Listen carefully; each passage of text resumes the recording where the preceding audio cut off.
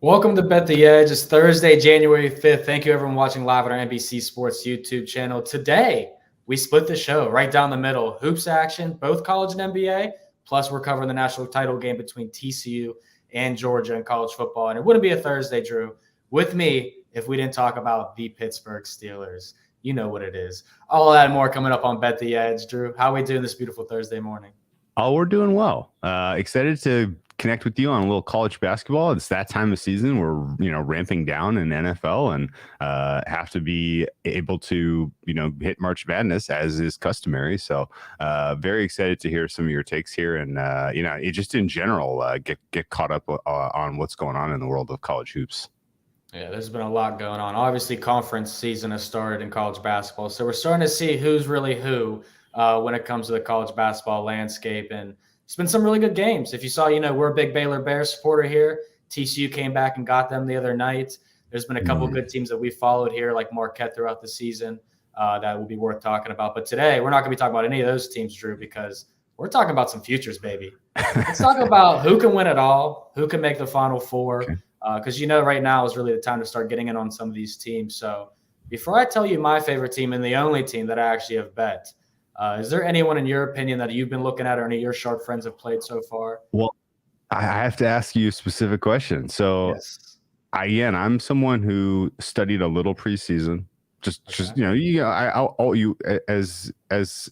a casual player in any sport, baseball, college basketball, college football, I'll still look at the market to see if there's any prices that are like, I should grab that. That's bad, right? And so I did do a little homework before the season started, and saw some advanced rankings and saw some projections. And I'm looking now. What happened? The entire top of the board here has been completely shuffled. Some of these teams that were expected to be just true standouts have been no shows apparently, at least in terms of win-loss, in terms of putting up solid statistical profiles.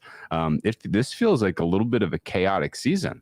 You can set aside some some singular results like Duke getting their lunch handed to them last night by North Carolina State, but just in general, Gonzaga hasn't really impressed, and some of these teams that are really popping at the top, Houston, Connecticut, St. Mary's, I really didn't see any of that coming. So I feel like in general, this is somewhat of a chaotic season, which means now is the time we need to decide, do we buy in on teams that had a strong prior before the season started, expecting they ultimately get there? Or do we need to reset entirely and take the data we've got from the games played to this point and use that as our marker going forward? Which camp do you fall in? Yeah, I think we're resetting. I don't think we're going to be looking at the preseason odds too much here. And you see a team like UConn, everyone's super high on them. I live in Connecticut, so unfortunately I can't bet on any UConn futures unless I get out of the state. But, there's at this point last time we had plenty of undefeated teams. This week we just lost our two undefeated teams, which was Purdue. They lost to Rutgers once again. And then they're actually underdogs tonight against Ohio State. And then we had New Mexico State, whichever one was, lost the other night as well. So this is really a more wide open year, in my opinion, in college basketball. Teams like North Carolina and Duke, I want no part of. Baylor, I want no part of. I don't think these teams are going to be quite the same teams. But, Drew, we talked about defensive teams that we loved last year with veteran leadership, defensive unit teams that can make free throws. Houston's still in that camp. I'd probably say UCLA still there. I don't really think Tennessee's a team worth buying into the future, but that's a team that kind of falls into that mold. The one team, though, that I did bet on and I think is worth a bet is the Arizona Wildcats. Ooh. Now, we were pretty high on them last year, but we said, they're young. That's the problem. They were starting all freshmen, very talented team. You look at what they're doing this year, Drew, number one adjusted efficiency on offense, number one in 2-point percentage, hitting 62% of two-pointers, second in effective field goal, top 15 in tempo, one of the tallest teams in the country, and shooting threes at a 36%. But I look at who they've played so far, and they make me have the courage to go out and bet them at 14-1 to win it all and 4-1 to make the Final Four because they've already played 7 top 100 teams. They're 6-1 in those games. They beat Tennessee. They beat Creighton, San Diego State, Indiana, Arizona State, and Cincy. Lone loss was to Utah on the road. They actually never led in that game, but that was the only time it happened all season long that they haven't had a lead at least one time. So I like Arizona a lot. They got another year to get a little older, another year in the same system. A lot of guys that are very talented, and offensively, they might be the best team in all of college basketball. So I like Arizona. Okay, so let's talk about this from two different aspects, because I agree with you on one hand, and I have a buyer beware for you on the other. Ooh, So okay. I agree with you on one hand as I look at the Pac-12 and I look at their statistical profile. This team is going to win the Pac-12, I think. And at that point, considering how weak sort of the brand name schools at the top of the board are, Arizona's probably getting a 1 seed. They're probably getting a 1 seed in the West. In fact, they're probably going to have a relatively soft region, would be my guess. That sets up well for your futures price that you like now, 14-1, to get much shorter, right? So it just in terms of let's capture some equity, I think you're on to something good. Do they actually have a chance to win the tournament is a different question, though, because they have a flashing red light in the category where I steer, buyer beware for me, and that is they do not force turnovers at all. And why that matters, if you're new to college basketball and March Madness in general, the nature of the one and done in college basketball when we get to 20 time means if you're up against a surprise team that's playing hot, they're making their threes in the first half, they're putting you under a little bit of scoreboard pressure, the way you get back into that game is you force turnovers. Like, you need to have that in your back pocket if you are going to avoid the upset. And Arizona does not. Right now, they are 318th in the nation in turnover defense in terms of being able to get extra possessions in games if they need to. And so just having that sort of one category has been a little bit of a bellwether for you are prone to an upset in March, in tournament time, if you're up against a team that happens to be hot. So I would just warn you there. The other teams that qualify that are kind of in the mix here as kind of flashing red light about the turnover situation: Alabama, Purdue, Ohio State, and Creighton. So I think those five teams, spook me a bit. But all that said, is 14-1 going to get a lot shorter as Arizona clinches a 1 seed and probably maybe even they may even get first overall. I'm just looking at their schedule. This Arizona team probably realistically likely to get the 1 overall. If that happens, then your bet in pocket is going to have a lot of equity.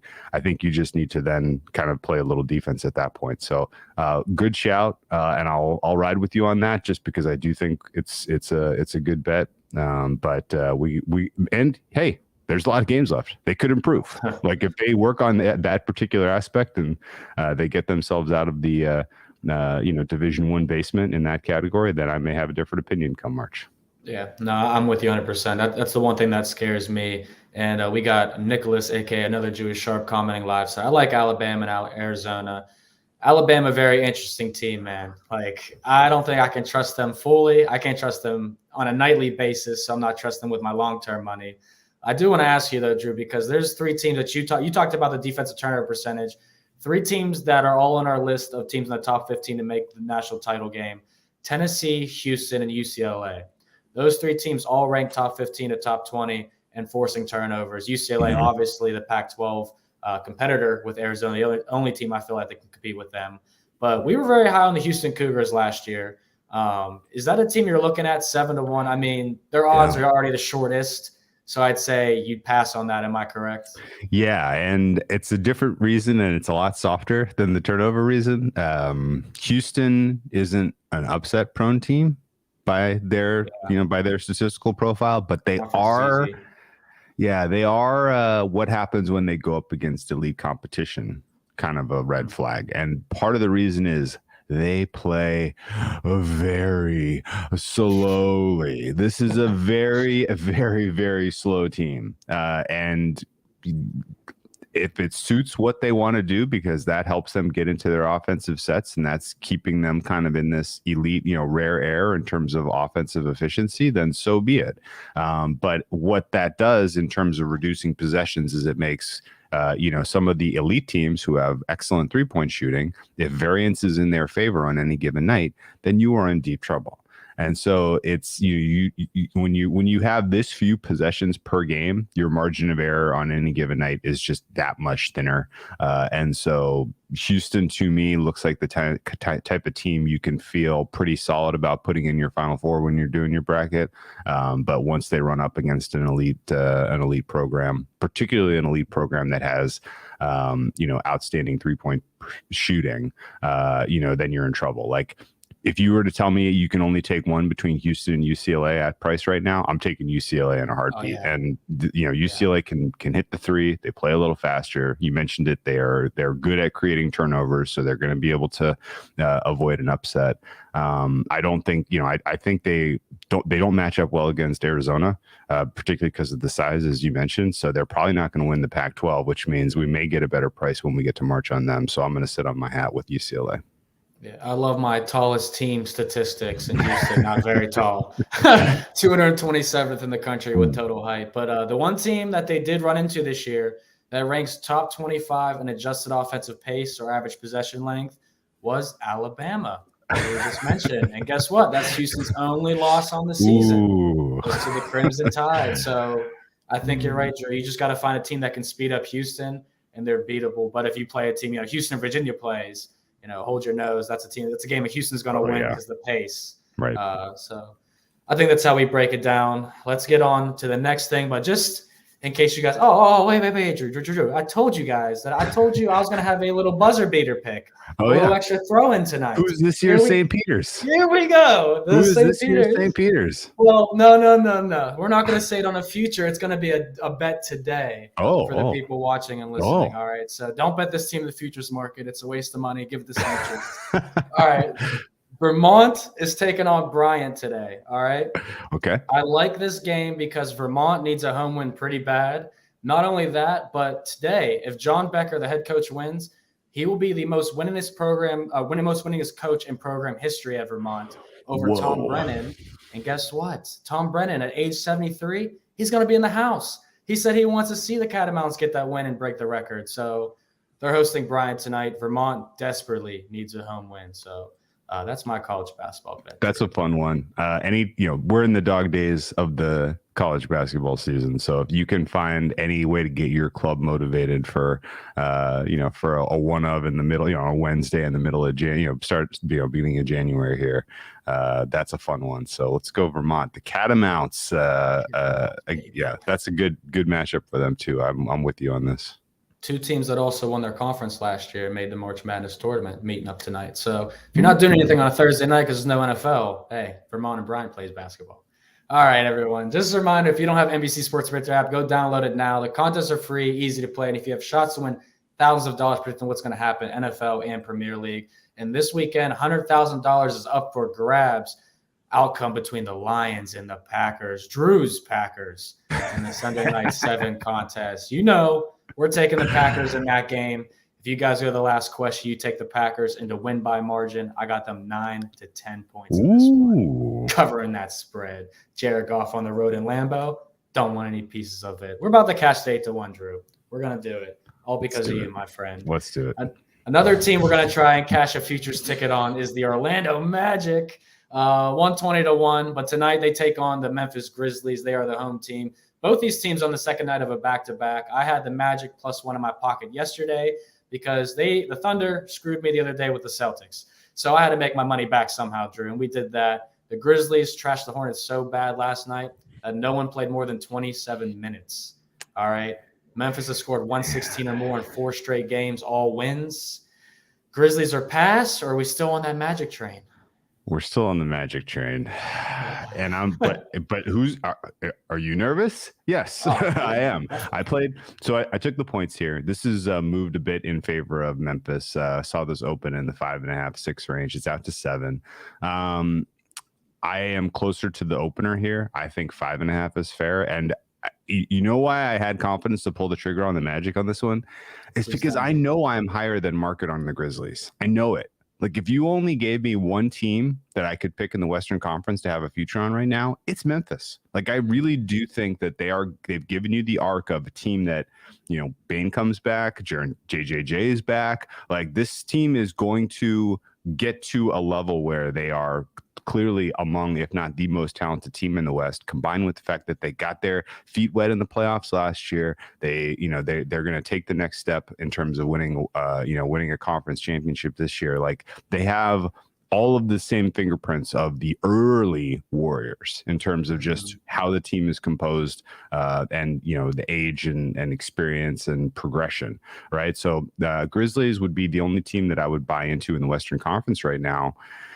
But the Magic are better than the market thinks by a lot. I know this, and so I had to take the 7 points here. I don't know that ultimately the Magic are live to get the win. This is not an ideal matchup for them for a lot of reasons in general. But that said, I think this is going to be a competitive game. I think this is a fun game. People are asking, is this the NBA Finals preview?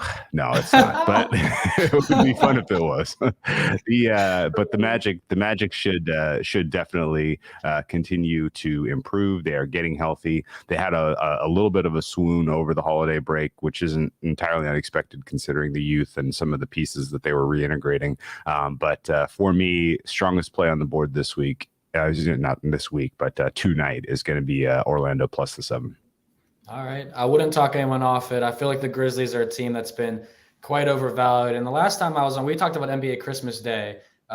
Jay was all over the Grizzlies that day. And I told Jay, everybody is going to love the Grizz on Christmas Day because of the futures. We think they're all going to be that team, I took that Warriors money line proudly. And here, I think the way that I would approach this game is the Grizzlies team total under, because the Magic have so much size, and the Grizzlies obviously played last night as well. The Grizzlies scored 119, 116, 118, and then 131 points last night. So that's their last 4 games.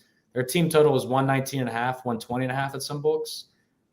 That's the way I think I would approach play on the Magic, I guess, or fade the Grizzlies in this spot. But I'll ride with you here. This one's going to be a no touch because my best bet in the NBA is in the biggest game in the NBA, the Celtics and Mavericks. Talk about a team or guy that has screwed me lately. It's been the Celtics and Tatum. All right. Yeah. Now, we might be on that Nets train for the futures market, Drew. I'm not going to lie. We'll save that for another day, however. But my guy, Jason Tatum, bounce back USA tonight. Under 30 points in 3 straight games. The C's have lost 2 straight games now. This is a primetime televised game. You look at what Tatum's done against Dallas, 37, 32, and 21 in his last 3 meetings with them. Boston's had 4 2-game losing streaks now this year, more than we probably thought they would have. And in the 3 times before those 2-game losing streaks, he scored 30, 44, and 23 points. I don't know why the books opened up Jason Tatum's prop at 29.5 points this morning. I scooped that up. I scooped the 30.5 up. It's now at 31.5. I think that he's primed for a huge game. He's been really struggling from 3 lately. And as much as we think this game should be a slow-paced game, the total's moving up. It's up to 232 now. The books are expecting points, and I think the same thing's going to happen tonight between Tatum, Doncic, Brown, and these 2 teams in general. So where are you at in this game? Are you joining me with Tatum, and you have a side with Celtics Mavs? I didn't play this one, but I agree with you that it's Celtics or pass. The Mavericks are not very good. The market continues to prop this team up like they're a top 10 team. I'm not seeing it. Like, yes, you are getting singular standout performances on any given night from Luka Doncic, but overall there are many, many weaknesses with the way that this team roster is comprised, and in general, cannot trust them. Can't trust them. Even if even if the Mavericks at some point have a meaningful lead in this game, that's where really my angle of attack. I'm going to be watching closely. I'm going to be looking for Mavericks up by 10, and then it is bombs away Celtics. Celtics, when they're in these types of games, a lot of times they tend to let the game come to them. So first quarter is a little bit sluggish. First half maybe even a little sluggish. So I'm looking for an entry here where the Celtics are down. We're going to get them at a better price than laying the 3. Ultimately, I think the Celtics get a win, but I can't really tell you it's going to be in my margin. So, Mavericks are a team not to be trusted.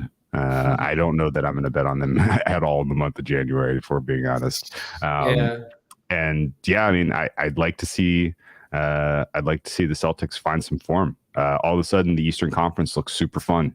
The Celtics pick up a couple losses against some surprise teams, and all of a sudden we're staring at a very interesting three-way race at the top of the Atlantic between the Nets, Sixers, and Celtics. So very exciting potential for those of us who are NBA fans. But I would like to see the Celtics ultimately regain some form because I do have eyes to ultimately, to back them to win the East once we get closer to the playoffs. So the reintegration of Robert Williams hasn't been smooth. Not at all. Not really unexpected considering how much time he missed and just how electric they were prior to bringing him back into the fold. I don't think that's a long-term issue whatsoever. I think it'll ultimately get figured out. But the Celtics had a number of things going for them that were unsustainable in terms of shooting, individual performances, individual three-point makes.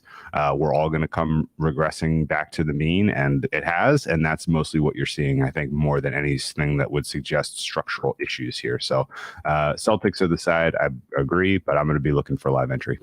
Yeah, a lot of comments for me to make on what you said. I'll just say Rob Williams at 25% is better than Blake Griffin at 100%. So don't worry about the Celtics short-term or long-term down low. But the Mavericks 7-game win streak, which now puts them at 22-16 on the season. So, before December 21st, this team had a losing record. And now this team has beat the Timberwolves, the Rockets, the Lakers, the Knicks, the Rockets twice, and the Spurs. And that 7-game winning streak. That is not impressive whatsoever. And Luka Doncic's done it all himself. I mean, we don't have to go over his numbers, but he scored 32 or more in 6 out of 7 games. Yep. So if you like Luka props, I wouldn't talk you off it, but it's definitely a Celtic spot. Let's go Jason Tatum. We got 2 more games on the slate tonight. Jazz and Rockets, definitely the most entertaining game on the night. There. This is interesting just because these 2 teams have been sliding. Utah's lost 5 straight games. They're starting a 3-game road trip here. Utah, 1-9 on the money line in their last 10 road games. And you got Houston. Yeah, they lost 5 straight too. Also 9 in the last 10. So I don't even know what to do here. This looks like a Utah or pass spot because they have a slight rest advantage with the Rockets playing last night. But what do you make of this? Yeah, you said it. The Jazz have the rest advantage. I don't mind playing them. The Rockets are thin.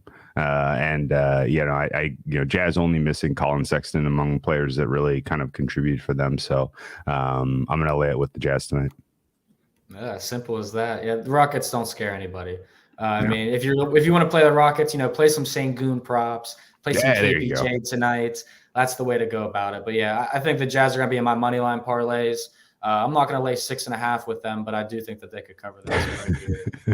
The more appealing game, I think, is before we get into some football talk is Clippers Nuggets. Paul George questionable. Line is certainly going to move depending on his status. Kawhi Leonard's expected to play. He did practice yesterday.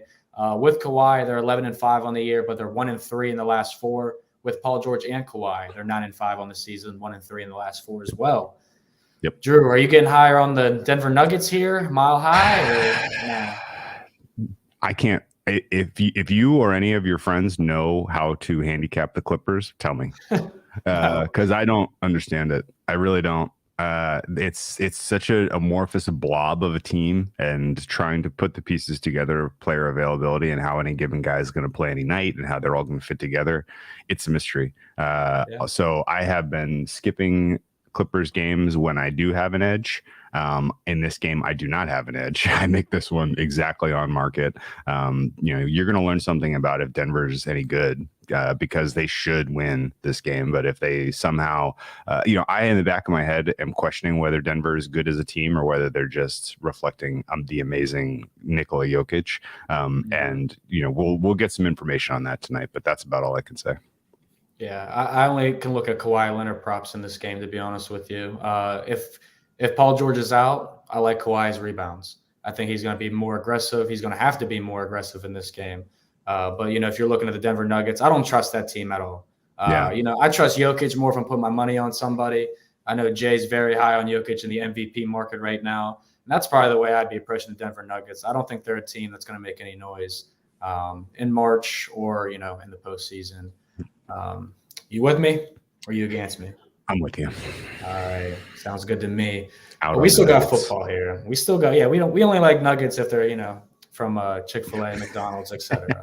So if you guys haven't, go make sure you download the Roto-World app. Receive breaking player news all season long. Stay in the competition, favorite players on the rosters, and get those injury updates and much more. It's in the App Store. All you got to do is scan your phone if you're watching live right now, or go to your App Store, type in the Roto-World app.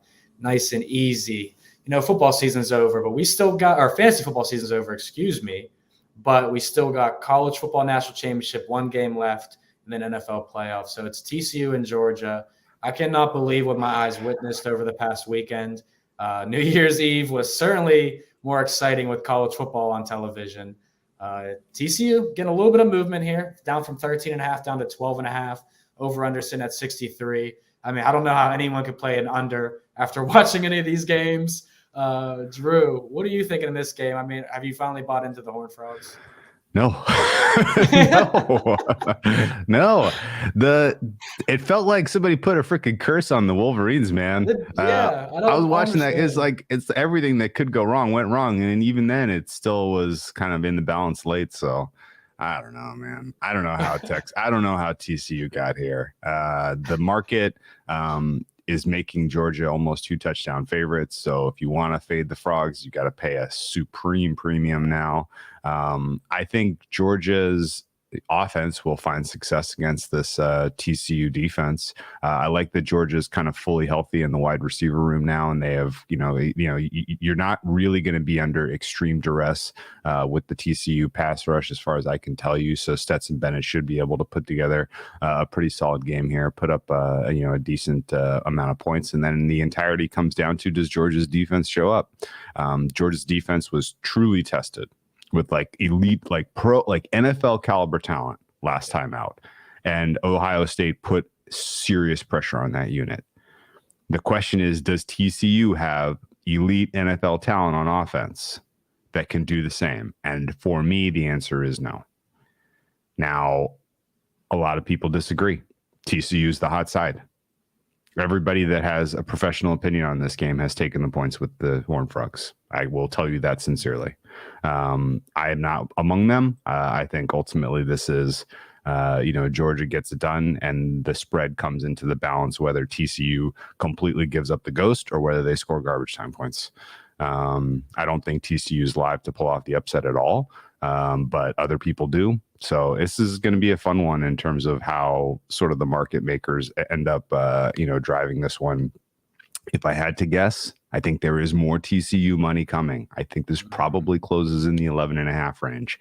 Does it matter? Do you need to run to the window and get TCU plus 12.5 while you can?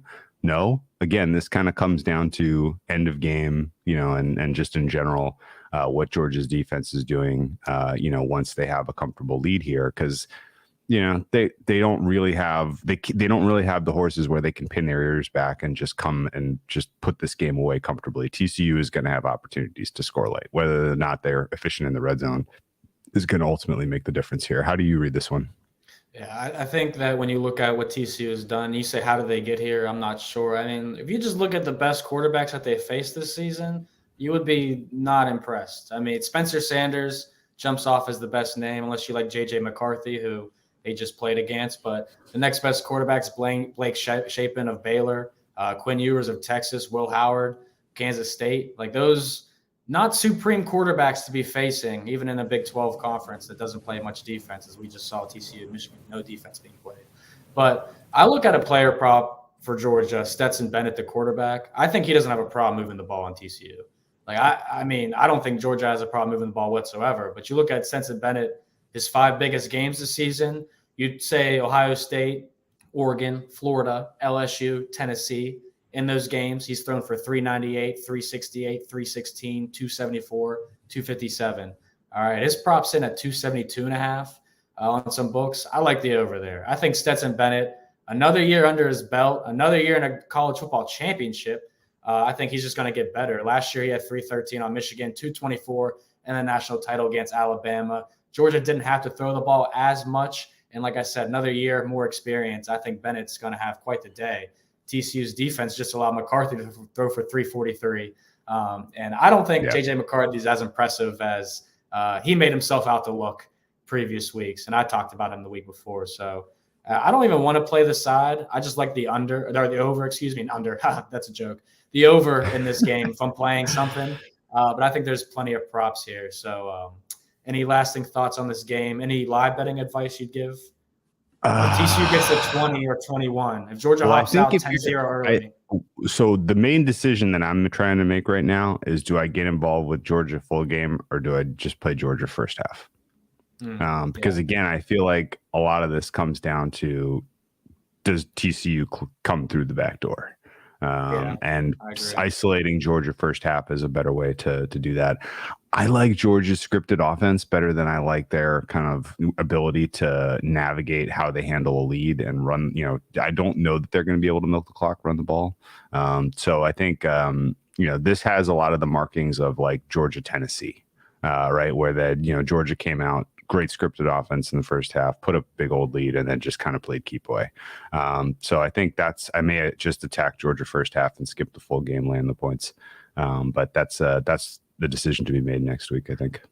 I like that. Georgia's laying 7 in the first half. Their team total's 20.5, which is pretty interesting there. So some things get worth some plays worth looking at. I know on Monday we're going to have Eric Froton on the show. He's got a big player prop I just placed for him. I won't spoil it, but it's a great player prop. I touted it as well. So we got plenty of college football coverage there Monday morning leading up into the game here on NBC Sports YouTube channel.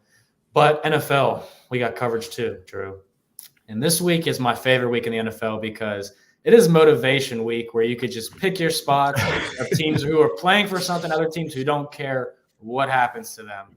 And, like I said early in the show, your boys from Pittsburgh area, it's not a show on a Thursday unless we talk the Steelers because this team, like your Green Bay Packers, streaking. We talked about them at 12-1 the same day we talked about the Packers.